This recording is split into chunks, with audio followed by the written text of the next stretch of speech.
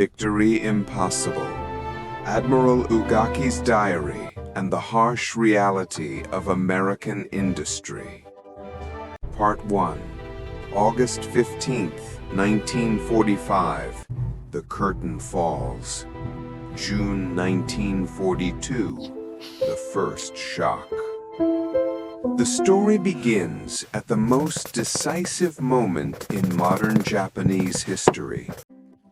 At noon on August 15th, 1945, at the 5th Air Fleet headquarters in Kyushu, Vice Admiral Matome Ugaki listened to Emperor Hirohito's voice on the radio, announcing Japan's surrender.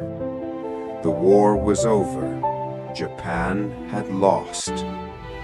In that fateful moment, Ugaki opened his diary, Sensoroku, a document he had faithfully kept almost every day since October 1941. This 731-page diary is an invaluable chronicle of the Pacific War, written from the very center of the Japanese war machine. Initially, he was Chief of Staff of the Combined Fleet under the legendary Admiral Isoroku Yamamoto, and later commander of battleship divisions and air fleets. It was filled with operational details, strategic assessments, and personal reflections. But this final entry would be different. These would be his last words as a serving officer of the Imperial Japanese Navy. Ugaki wrote that he had not yet received an official ceasefire order. He wrote that he and he alone was to blame for the failure of Japanese aviators to stop the American advance. And he wrote that he would fly one last mission himself, a flight of no return, to show the true spirit of Bushido. However, the most important thing is not what Ugaki wrote on that final day. It is what he didn't write, but what filled the 731 pages that came before. It was a truth he had slowly, methodically realized over 4 years. Japan could not win this war. This truth had nothing to do with courage. It had nothing to do with tactics. It was a simple, mathematical fact. America's industry made a Japanese victory mathematically impossible. The numbers told a story that no amount of bravery could overcome. Midway, June 1942, the first shock. The first time Ugaki truly understood the scale of the problem was on June 8, 1942, 3 days after the Battle of Midway. Midway was a catastrophe. 4 elite fleet carriers, Akagi, Kaga, Soryu, and Kuryu, all of which had participated in the Pearl Harbor attack 6 months earlier, were sunk in a single day.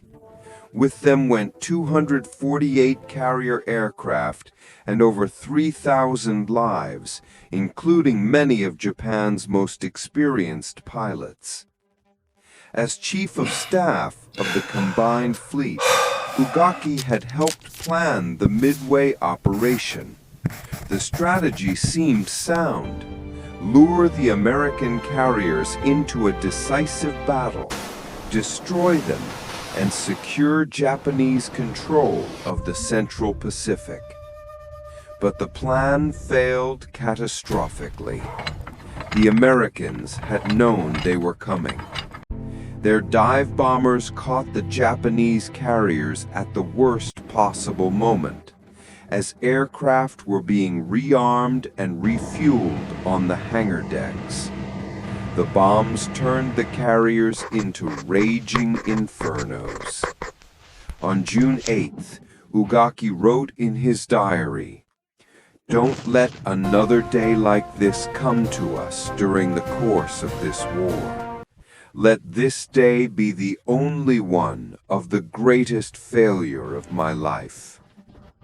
At the time, he still believed this was a temporary setback. Japan still had powerful surface forces. Carriers could be replaced. New pilots could be trained. But then the intelligence reports started coming in. By late June 1942, just weeks after Midway, Japanese naval intelligence had compiled preliminary assessments of American industrial capacity. The numbers seemed impossible. Ugaki and others initially dismissed them as propaganda, as American exaggeration designed to intimidate. The reports stated American shipyards were building escort carriers at a rate of 1 every 3 weeks. New fleet carriers were under construction from Virginia to California. The production numbers for cruisers, destroyers, and submarines kept climbing. Ugaki read these reports with growing unease. If these numbers were even remotely accurate, Japan's strategic position was far more precarious than anyone in the Naval Ministry wanted to admit. Thanks for watching. If you found this article about the Pacific War interesting, please like and subscribe to learn more about history. To follow Part 2 and Part 3 of Admiral Ugaki's diary. Let me know your thoughts on Admiral Ugaki's story in the comments section.